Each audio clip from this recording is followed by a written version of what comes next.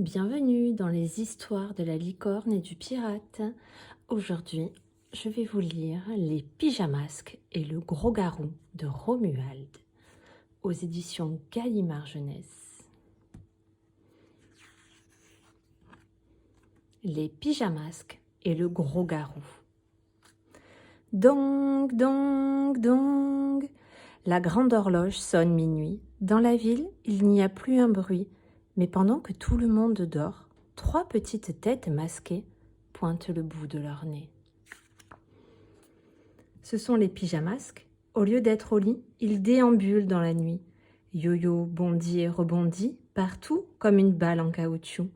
Glu-glu court sur les murs sans jamais se casser la figure. Et Bibou, grâce à ses ailes, s'envole dans le ciel. Ces enfants-là n'ont pas sommeil. Dès que la nuit tombe, ils enfilent leurs étranges pyjamas. Et les voilà dehors, jouant aux acrobates. Mais savent-ils que lorsque la lune est ronde, d'autres créatures rôdent dans le noir et grondent.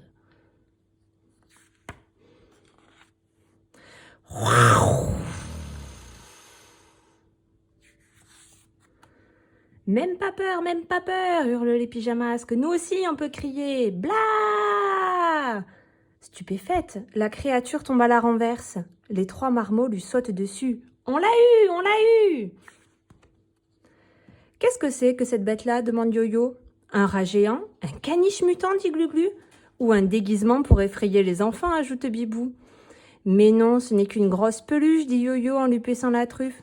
Ouink, ouink. Grrr. Vous avez entendu? Ça fait grrr, chuchote Bibou.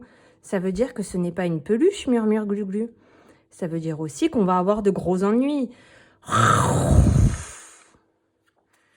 Ah ouh! Non d'une brochette de petits cochons, rugit la bête en colère. Ça c'est sûr, vous allez avoir de gros ennuis car je suis un gros garou et je vais vous dévorer tout cru. Oh non, pourquoi tu veux nous dévorer tout cru, rouspète Yo-Yo?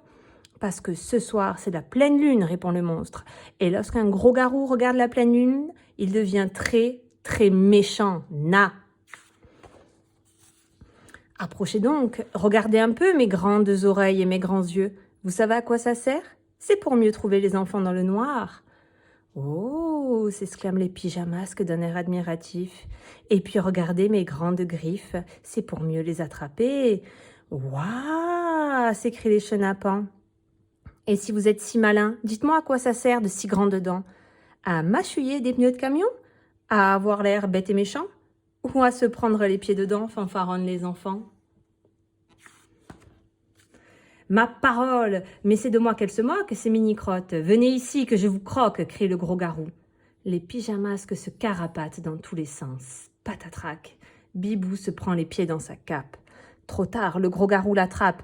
Ah, chouette, de la volaille au menu, se réjouit la bête. T'as pas le droit de me manger, sale bestiole, parce que demain j'ai école, proteste Bibou en gesticulant. Yo-Yo et Glu-Glu foncent à son secours. « Laisse Bibou tranquille, grosse patate, ou sinon on t'attaque !» Pif, paf, blanc, les pyjamasques luttent courageusement. Soudain, Bibou arrive à s'échapper. Elle s'envole et ouvre ses ailes, en grand pour cacher la lune. « J'ai compris ton secret, gros garou, lance-t-elle au monstre. C'est la lune qui te donne tes pouvoirs. Comment feras-tu si je t'empêche de la voir ?» Le gros garou n'aime pas du tout ça. « Ne me cache pas la lune, ou je te déplume comme une... » Le gros garou n'a pas le temps de finir sa phrase que, plouf, dans un nuage de fumée, le voilà qui rétrécit, rétrécit, rétrécit.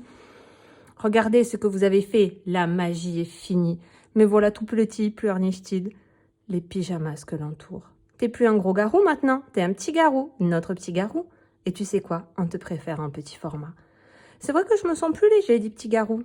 Viens, on a une surprise pour toi, dit Glu-Glu.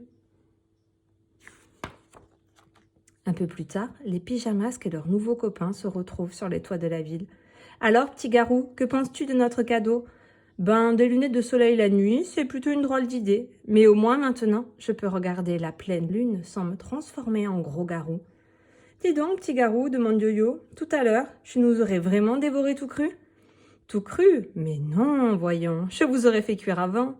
C'est bien plus succulent, dit-il en retirant ses lunettes.